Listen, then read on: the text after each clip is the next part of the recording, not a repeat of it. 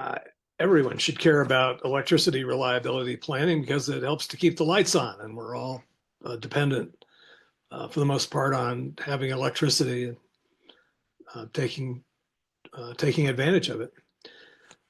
So when the lights do go out, particularly in big outages, the costs are enormous. They're billions of dollars. They can be billions of dollars for a big outage that um, puts people out of electricity across a big area, like in the southeast and Storm Elliott or in Storm Uri in Texas.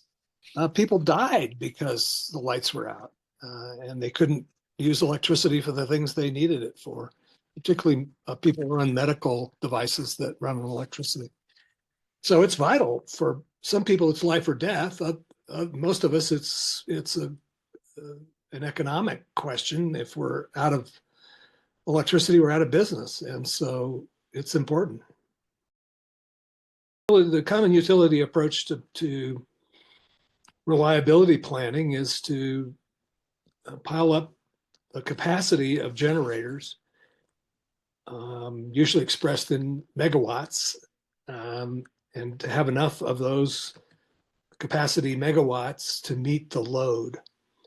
And of course, going forward, you have to project the load. So there's intricacies in projecting loads, and then you have to project the kind of resources that you need to meet those loads. And then the utilities add 15%, which is called the planning reserve margin.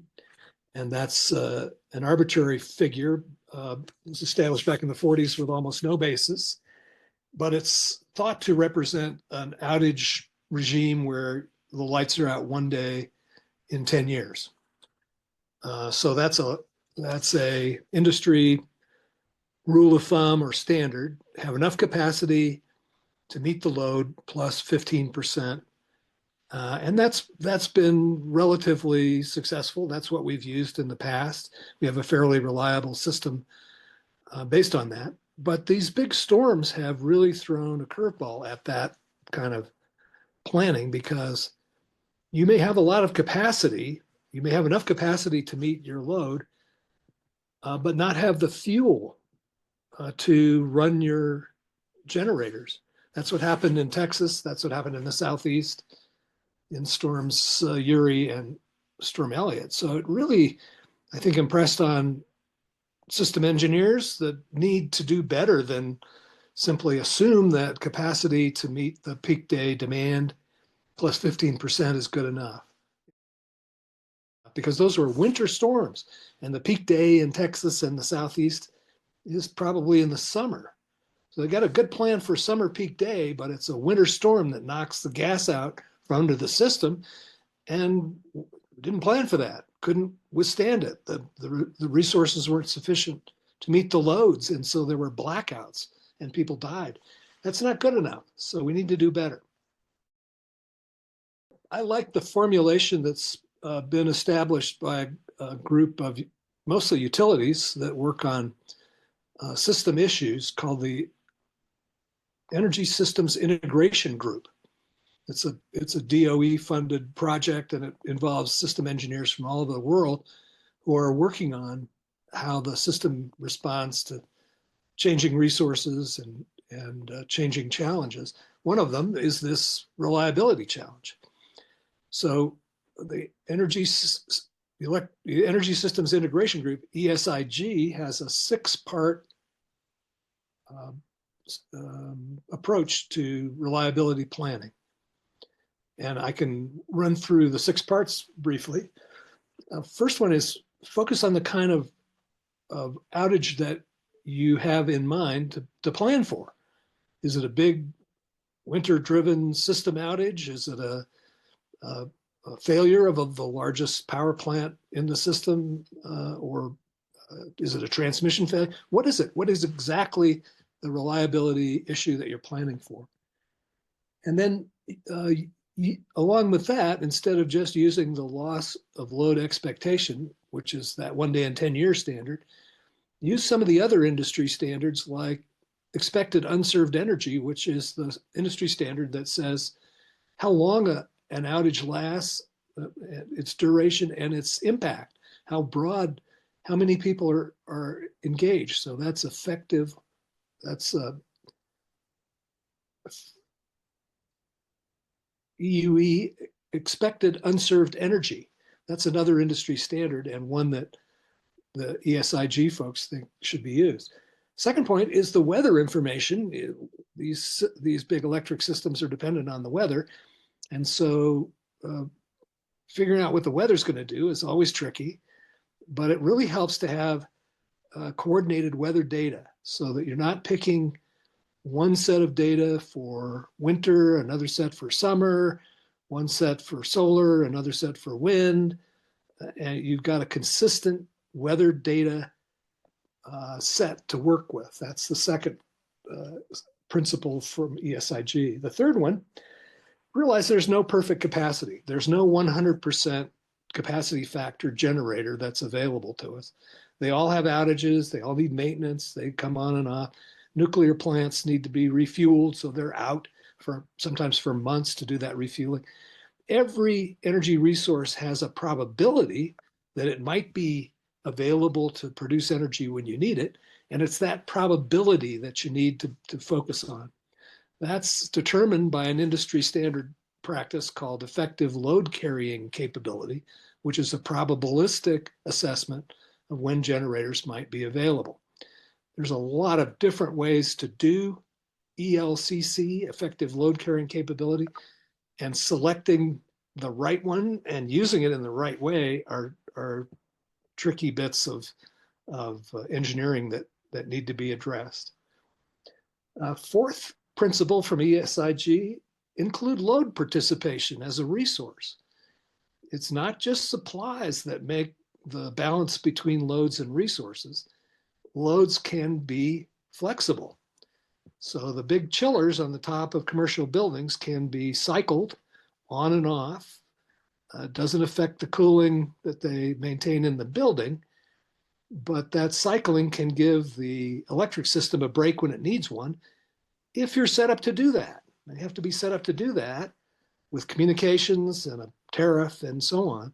But that's something to work at, making sure that the load side of the supply and demand equation is part of the picture. So load participation. Fifth one, you have to think about the neighboring grids that if you're a utility, you run your own grid and you have responsibilities to keep the lights on. Those have mostly to do with the frequencies that you maintain. But think about your neighboring utility and importing power in times of distress or helping your neighbors out when they're in distress, because that can be a lot cheaper than carrying extra reserves at high cost to meet your own reliability requirements. This is something that a lot of preschoolers learn in the sandbox at preschool, which is you have more fun when you share your toys. It's not, however, common among utilities to do that. And sometimes the transmission is missing, so you have to work at that. But share your toys. It's cheaper, better, and faster. And the sixth principle, which ESIG has added to their set, is that reliability needs to be both transparent. In other words, what are you planning for? What are you including as resources? All the things we talked about before. And it needs to be an economic issue. We can't bear 100% reliability because it's too expensive. So we're going to make a compromise between cost and reliability, and the balance that is maintained between those two competing values is very important. So it's an economic issue and it's a transparency issue. So those are the six principles that would improve reliability according to the engineers that work on it. Having been a regulator, I think regulation is the art of the question. So you don't have all the information the utility has, but you can, if you're a regulator, you can ask the right questions and get the utility responding with information to address those questions. So all the questions that fall out from those six principles, ESIG, what resources are you planning to meet what kind of challenges with, what kind of reliability challenges are there, what are the resources and what are their probable outputs at the time when you need them. Is the weather data lined up and appropriate or not? Does load participate when you do your reliability planning? Are you looking at neighboring utilities to partner with you in meeting reliability challenges? And what are the economics and how can we make those transparent so they make the best economic decision to balance reliability and cost? Those are the questions that regulators need to be asking.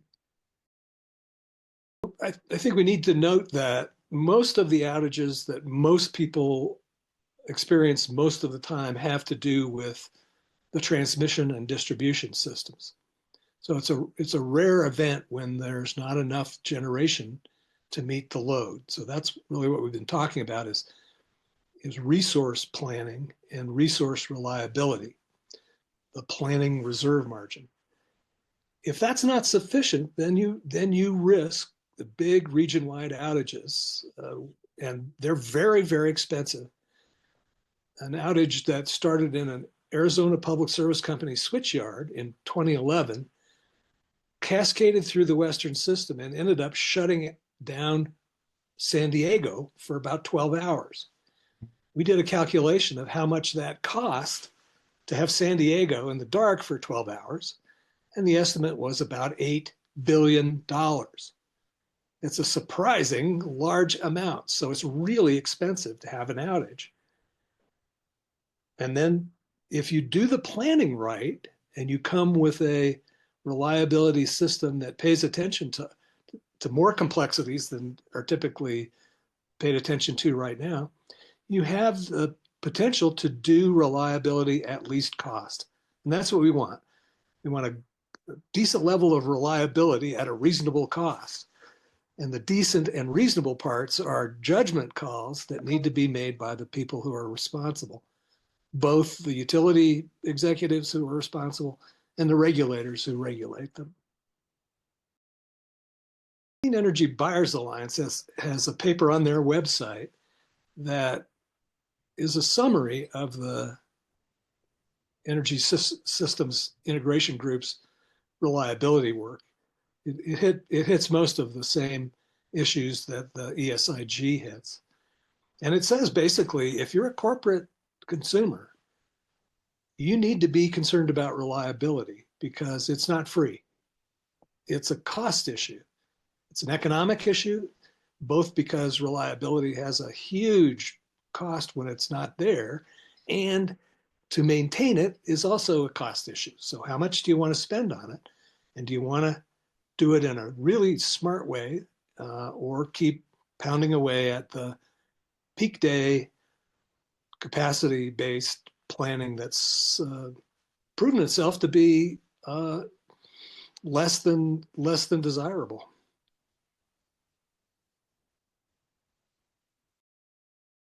Well, for many utilities, they engage in what's called integrated resource planning, which is something that we developed in the 80s to make transparent the economic trade-offs between the various values that are competing in the electric system. Supply side versus demand side, customer cost versus utility profit, diversity in resources to manage risk. A whole bunch of issues flow through those planning exercises. So corporate customers can get into those planning regimes and make their voice heard and demand that the very best reliability planning take place. We need to do much better at reliability planning. The big outages have taught us that. And there's a lot of work to be done. So it's time for everybody, including corporate customers, to roll up their sleeves, put on their work gloves, and get busy.